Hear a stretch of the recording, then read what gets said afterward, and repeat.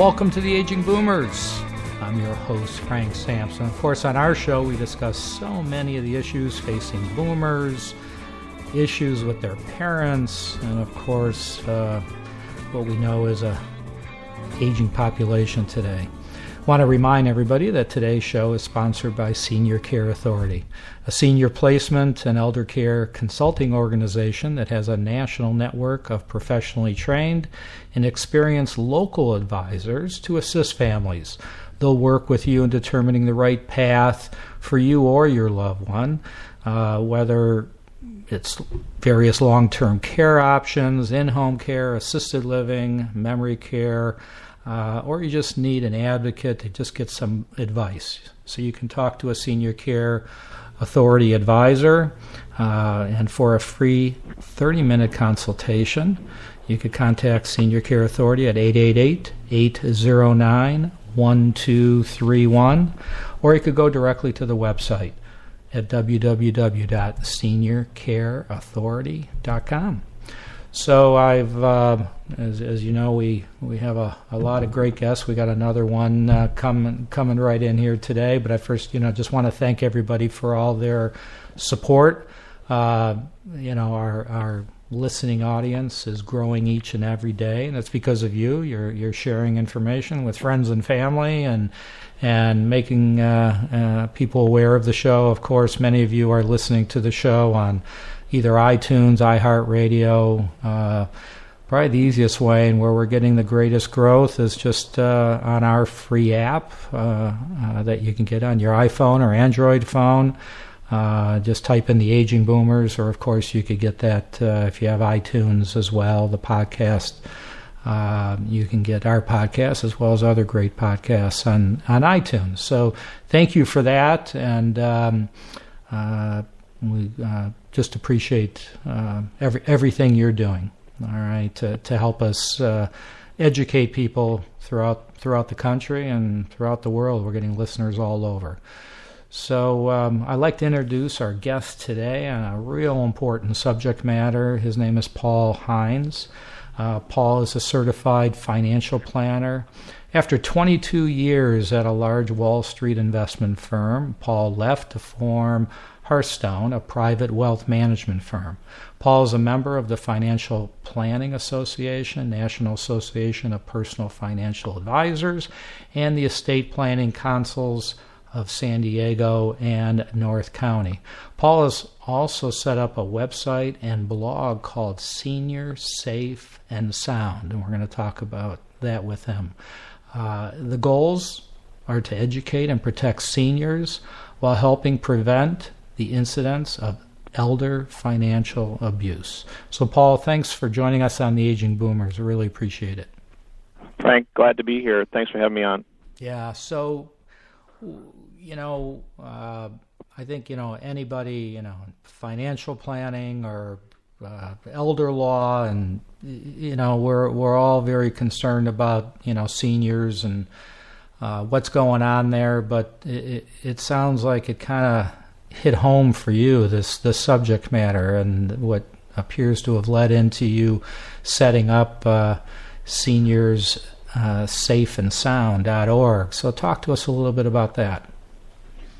Sure. Well, one of the things that we've discovered is, as advisors, we're always looking out for our clients and trying to help prevent risk or mitigate the risk that they're subject to, and that could be anything from tax risk, inflation risk, market risk.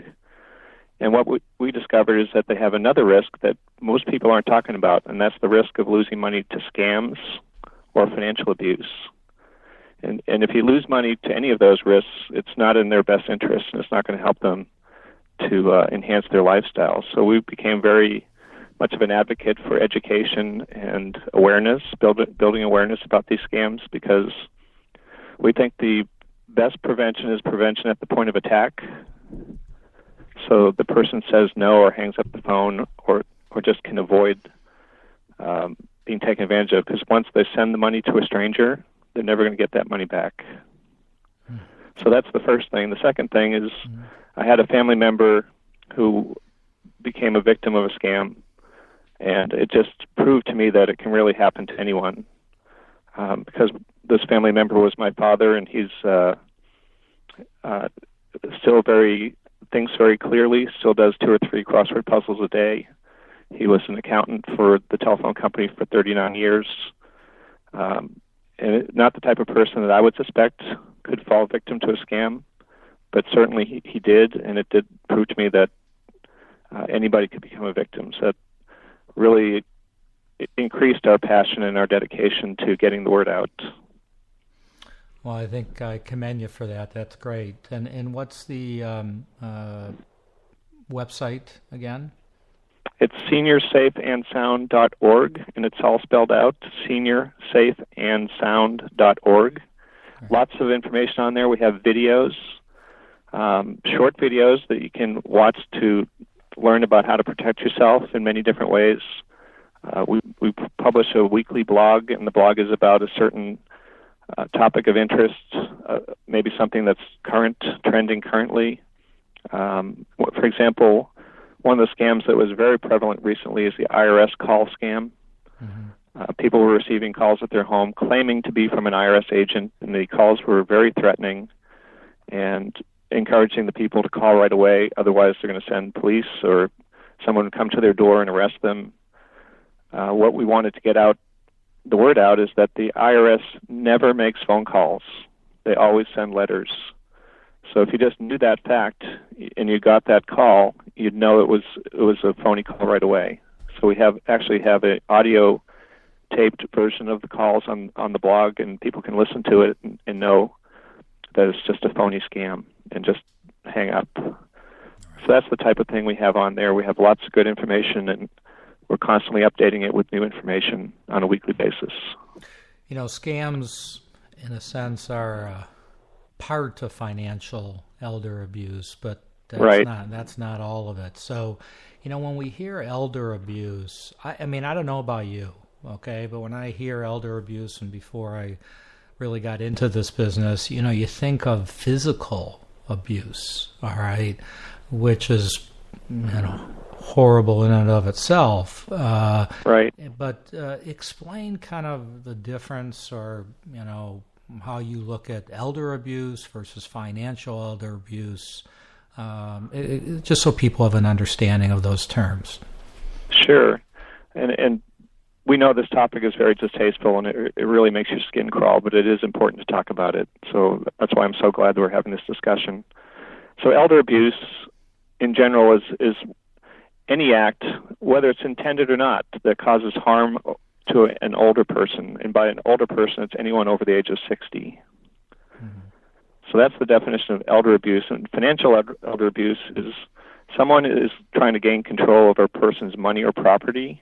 It could be tangible property like jewelry or houses or cars, or their money, you know, through their bank accounts, by the theft or fraud or neglect of authority, or sometimes coercion or undue influence. And undue influence is where someone has gained a position of influence or power in the relationship and then uses that influence or power to benefit themselves at the disadvantage of the elderly person. So there's really, it's a very broad definition, but both the definitions of abuse itself and financial abuse are what we're defining as a crime. It is a criminal act, and people that perpetrate these acts are criminals. I mean, adult children out there, I mean, obviously the challenge is that everybody wants to be remain independent as long as they can. And yes.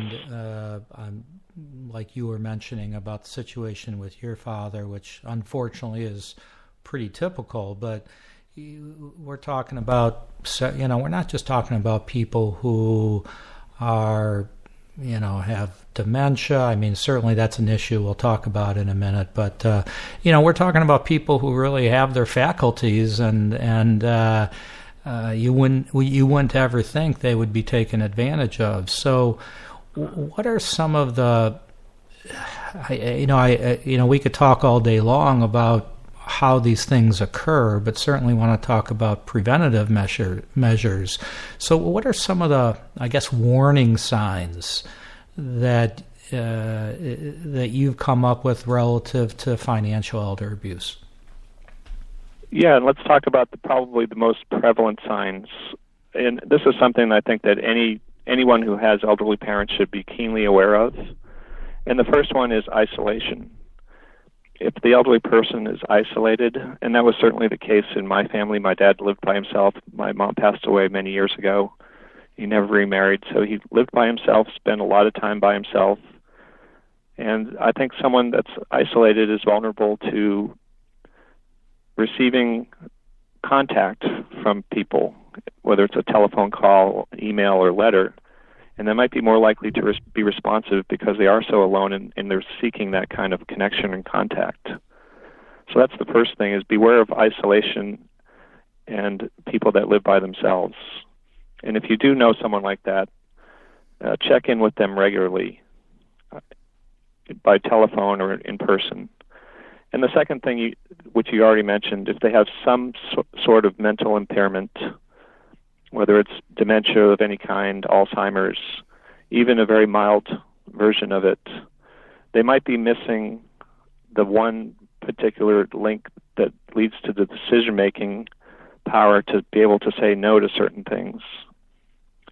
So that's another warning sign if they have any kind of mental impairment. And the third thing to be aware of is any kind of change in living situation. For example, someone who at one time lived alone, but now a family member has moved in with them, or a friend has moved in with them, or someone who is supposedly a new boyfriend or girlfriend and moves in with them. That person, by moving into the house, has access to a lot of information and access to property and jewelry and things of that nature, and that's definitely a warning sign, especially if that person acts as a buffer. And what I mean by that is if you try to contact one person and the buffer person is between that person, talking for them or saying that, tell me what you want and I'll ask her and I'll get back to you, that's definitely a high-risk sign that there's something potentially wrong. So those are the three main things: isolation, mental impairment, and then change of living situation. I think those are the biggest red flags that people should be aware of. What recommendations, because I hear about this all the time, as you probably do, but sometimes it's almost too late that, it could be an adult child that finds out that somehow that all of a sudden money is starting to really disappear from their account, or overuse of credit cards, and it may or may not be abuse. It may be even somebody who is just, like you say, the decision-making isn't good, and maybe that senior is purchasing things, buying things, but also could be being taken advantage of as well. So, I know you've seen that, but what suggestions do you have on the approach to take with a parent, let's say, or other loved one, on, hey, I want to look at your statements, or I want to look at your credit card bills, but then also not push too much where the senior says, hey, I could take care of all this. You don't need to look at any of this. Right. I mean, how do you handle a situation like that? It is a fine line, isn't it, Frank? Because, as you said, people want to stay independent, and one of the key signs that they are independent is that they can manage their own affairs, their own financial affairs. So you certainly don't want to make it sound like they're incapable. I would say one thing would be to ask in a very caring and loving way that if I could just get copies of your statements on a regular basis, I'll just look at them. And the only time I'll bring it up is if I see something that happens to be a question mark or something, just so we're not missing anything, and just so you know that you have someone backing you up. That might be a good start. In our case, we happen to have access to the bank accounts because my sister was named as an agent on the account. All right, like a power of attorney or an agent? Power of attorney. So we found out about the scam. It was pretty late into it. He had already sent quite a bit of money, but we did find out about it because of that. And we were able to work with the bank and actually stem the ability to send money. And that certainly helped in terms of what the total losses were. But the scammers can be very creative. So once we turned off the flow of cash from the account, they asked him if he had credit cards, which of course he did, and then they enticed him to use those credit cards to buy merchandise, which he then packaged and shipped overseas, which I'm sure they converted to cash. So we found out about that later, but they certainly have anything where you can have visual access to the accounts would be helpful, whether online or copies of statements. I think that would be really, really a helpful position to be in. Right, and don't assume. I mean, you probably good idea to do that before you suspect anything. Right. Right. There might be no problem whatsoever going on. You want to keep it that way. As I say, we want to talk about prevention more than anything else. So, one of the things I said frequently to my father is that I know you're the boss of you, but it doesn't hurt to have a little help every now and then. And I think that's a message that finally resonates with people. And they do know that they are in charge of everything. They do have control. They do make the decisions. But it certainly doesn't hurt to get some help, particularly from a loving family member who they know and trust. So I think just being gentle in your approach and coming from the right place, that it's just out of care and love for you that I want to do this for you. Right. And also maybe even doing it together with them. Hey, when do you do your bills? Oh, I usually do them I prepare them around the 15th or whatever. Hey, let's do it together. A little project together. I'll help you out with it. So that could be another thing to do. That'd be great. You can sit there and open the envelopes for him and then hand them over, let him look at them, and then write out the checks. Yeah, anything like that. If you have that ability to be in close contact, that certainly helps. If it's a case where you're separated by distance, use the telephone as much as you can. Yeah. I've certainly picked up a lot of cues by using the telephone that I would never have picked up by email. So I think that's important as well. Yeah. So I know we're on discussion of financial elder abuse, and we may be giving the perception here that a lot of this abuse occurs outside the family, but in reality, that's not the case, is it? Unfortunately, it's not the case, and most of the incidents of abuse happens intra-family, and that's really distasteful to think about, but it's a fact. And I talked to one of the local district attorneys here, and he actually said that he thinks he prosecutes 9 out of the 10 cases he prosecutes are family members. So it's a startling statistic, and I think family members obviously have a open door. So that's one of the risks. So family members can gain access probably a little bit easier than perhaps a stranger. Family members typically, there's obviously a desire and willingness to help family members. So that could lead to the door opening to abuse. The deputy district attorney I talked to said that he describes the typical family member who is going to take advantage of an elderly person as a unemployed male, typically 40 years or older, unemployed because of a disability, and he jokes often that the disability is a sore back because he's sitting on the couch all day long. Mm-hmm. But that's someone who's not working because of a disability. They might have drug or alcohol abuse problems, maybe gambling problems, no real sources of income or support. That's definitely, those things together are a formula that can be very dangerous.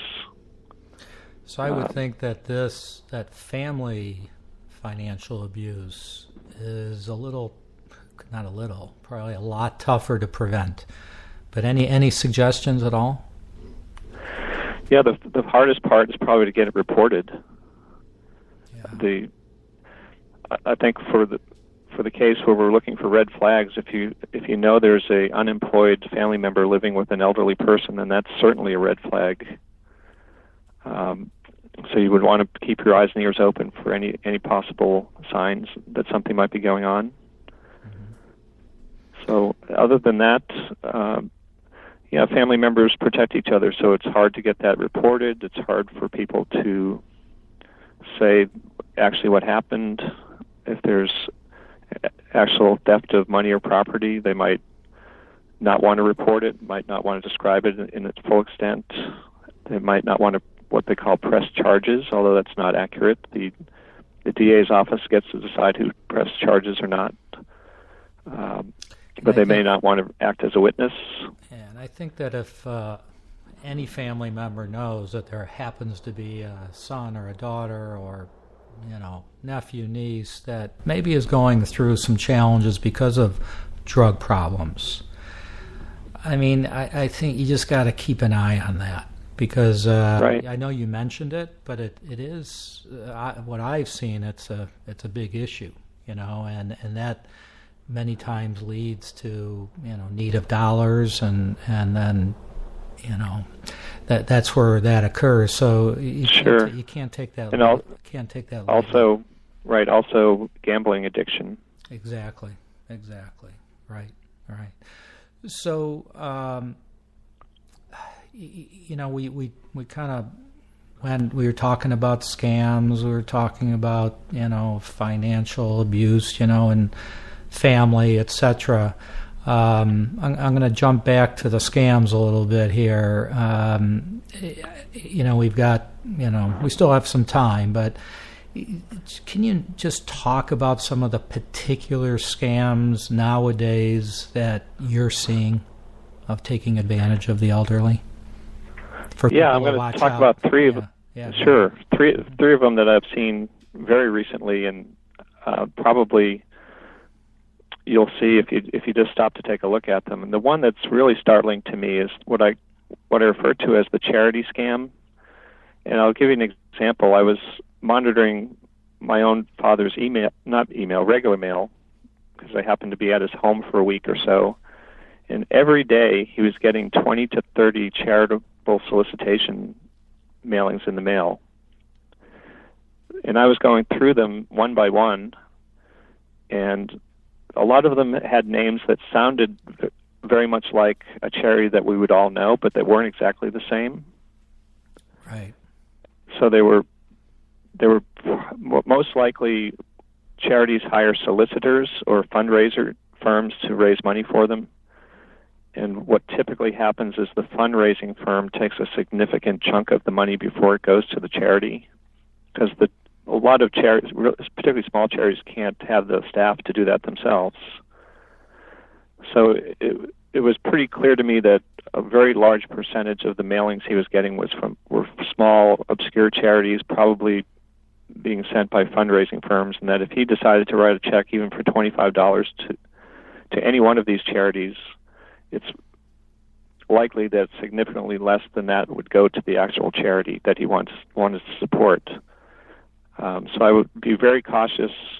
What I would suggest to do with someone who is charitably inclined and likes to support certain causes is ask them to gather all those requests together and keep them in one place, and do like we suggested with paying the bill. Sit down with them one afternoon or at the table and go through them one by one with the person, and make sure that they're actually supporting the true causes they really want to support. And I try to suggest to people, rather than write a whole bunch of small checks to a lot of charities, pick one or two or maybe even three that you really, really feel strongly about, and put most of your charitable giving focused on those two or three, because that means you can really have an impact. A small check here or there doesn't really have an impact on the cause that you want to support. Mm-hmm. But be aware that there's a lot of potential. What seems like a charity that seems to have a good cause may not actually be a charity, or may not be getting the amount of dollars that you think they're getting. So that's certainly one. Right. Before we move off of that one, I think that we talked about helping a parent out with their bills and things, but and certainly there's a lot you could do electronically, long distance, but, with people that are spread out, not everybody lives close to their parent. I mean, they could also look at hiring professionals to assist with bill paying and going through that. You want to talk about that a moment? Then we'll move on Sure. to your other thought or your other scam. Yeah. Okay. There are professionals out there, and you'd want to look for the people who are members of the American Association of Daily Money Managers. Oh, okay. I'll repeat that again. American Association of Daily Money Managers, AADMM. And they'll have that designation on their business card, or you can go to the AADMM website and find a list of people in your area. And they are professionals, and they can help with bill pay. They can help with, daily money management issues. Certainly, going through the solicitations from charities would be something that they would be willing to do for you. And you just pay them on an hourly basis. And there are lots of people out there and lots of resources that can help. So I'm glad you mentioned that, Frank. Yeah. So. Yeah, go ahead and I know I'm bouncing around here, but I know you mentioned the one. Let's talk about the other two real quick. Another prevalent scam recently is what has been referred to as the IRS scam, and probably many of the listeners listening to this podcast right now have received phone calls from someone claiming to be from the IRS, and the phone calls are usually very threatening, and they threaten legal action, jail time. All they're trying to do is get you to return the phone call to the 800 number. But what I try to get out to people is that the IRS never makes phone calls like that. So any phone call that comes from someone claiming to be from the IRS has to be a scam. So just hang up the phone and never return the phone call, because once you do return the phone call, then they're going to start using their persuasive techniques to try to get you to send money. Right. And the third one is the lottery scam. If you receive a letter in the mail or an email or even a phone call telling you that congratulations, you've won whatever the amount of money is and whatever the lottery is, they're going to ask you to send money in order to receive your winnings. And if you are ever asked to send money in order to get money or prizes, that is always a scam, 100% of the time. No matter how much they promise that you're going to get in return, you will never see any of that money, and whatever you send to the people or persons is gone forever. So those are the three that I've seen quite a bit of: the charity scam, the IRS scam, the lottery scam. I might mention real quickly the grandma scam. Right. It could also be referred to as the grandpa scam, and that happens when an elderly person receives a phone call from someone claiming to be a grandson or granddaughter, and they're in jail or in some kind of trouble, and can you just send $500 or $1,000 or $2,000 to help them out? And that one is very prevalent as well. I get really watch out for that one. So, Paul, unfortunately, we're out of time, but you've been a wealth of information, no pun intended. Thank you, Frank. And go ahead and just repeat to our listeners how they could get in touch with you. Okay, www.seniorsafeandsound.org, info@seniorsafeandsound.org, and those are the two best ways. And really appreciate the time, Frank, and glad to be on your show. Great. We'd love to have you back. It's certainly an important subject matter, and keep talking about it. So, I'd love to as well. Unfortunately, there's going to probably be some more scams out there that we're going to need to report on. So, absolutely. Yeah. Well, sorry to say. Yeah. Thank you all for tuning into the Aging Boomers. Paul, thank you, and everybody just be safe out there, and we'll talk to you all soon.